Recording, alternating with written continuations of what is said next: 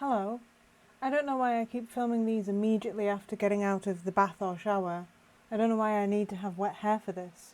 But I do, it seems. I'm going to do another spinny wheel for funsies. I actually haven't finished the book I'm currently reading. I'm currently reading The Safekeep by ŵħėęł van der Wooden or Wooden. I have almost certainly mispronounced. But I'm nearly halfway through, so I probably will finish tomorrow or the day after. And it's very good so far, but I have missed my spinny wheel. So I'm going to spinny wheel once again and hope... Oh, I still need to screen record so that I can show you. Give me 2 seconds.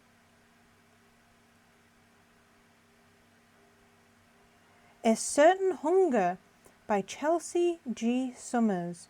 So that's another Kobo one. I'm exclusively getting Kobo ones. I can't recall if that's one that I had on my TBR or if that was a 99p sale one. Give me a second. Einen Minuten bitte schön. Oh, I think that this was one that was like on my TBR. Dorothy Daniels has always had a voracious and adventurous appetite. From her idyllic farm-to-table childhood, homegrown tomatoes, thick slices of freshly baked bread, to the heights of her career as a food critic, white truffles washed down with Barolo, straight from the bottle, never heard of that, Dorothy has never been shy about indulging her exquisite tastes, even when it leads to her plunging an ice pick into her lover's neck. Yeah, that's something that I chose to read for me. That's something that I bought.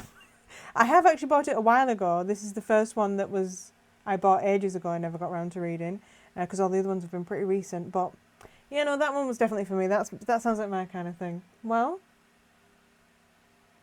I'll speak to you soon. Maybe with dry hair. Maybe not. Who knows? Hello. It is thunderstorming outside. I have just woken up from a wee nap. I'm frazzled.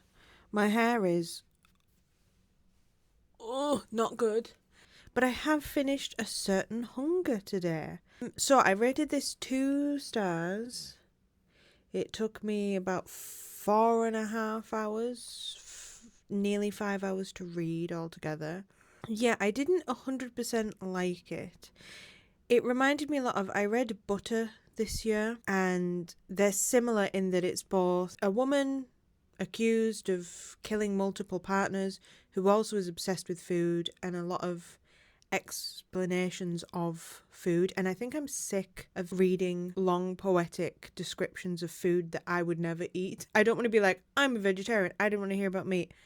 I chose a book on cannibalism. I don't have a problem reading about meat, but I'm not going to eat any of the food that was described in that book. Not least the people that were eaten, but like just the other food.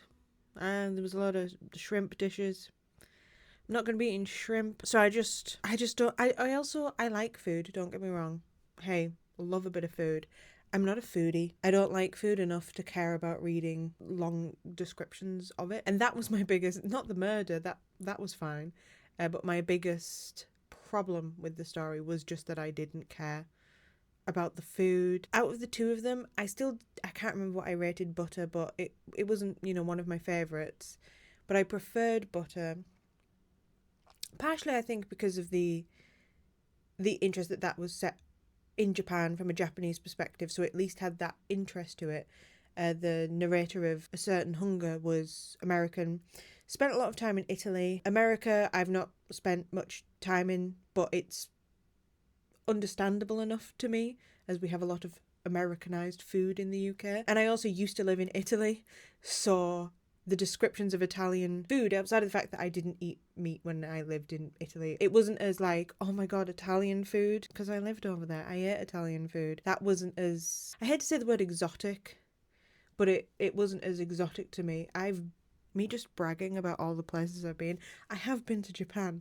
I've been to Tokyo specifically. I haven't been anywhere other than Tokyo. But again, I didn't eat a wide variety of stuff over there. So the food over there in the story was more interesting to me than in A Certain Hunger. And I think also the thing that made Butter a bit more preferable for me was Butter was written from the point of view of a journalist who was interviewing this murderer, and so the protagonist was still likeable, whereas this was written from the point of view of the murderer. It was written as if they were writing a biography of their life. And yeah, I just didn't like the protagonist. I wasn't supposed to. She was a murderer. She was she murdered, I don't know how many men. Did she murder 5?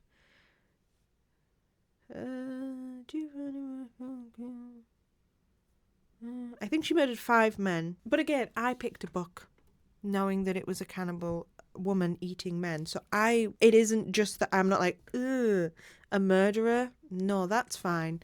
But just the protagonist wasn't very likable. I didn't care about the descriptions of food. I've read 2 books like that this year, and I'm just over that already.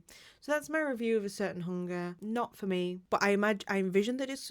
I haven't actually checked its rating. Hang on, let me get up Storygraph.com and see what general rating it's got, because I rated it 2 stars. Bam, bam, bam. Storygraph.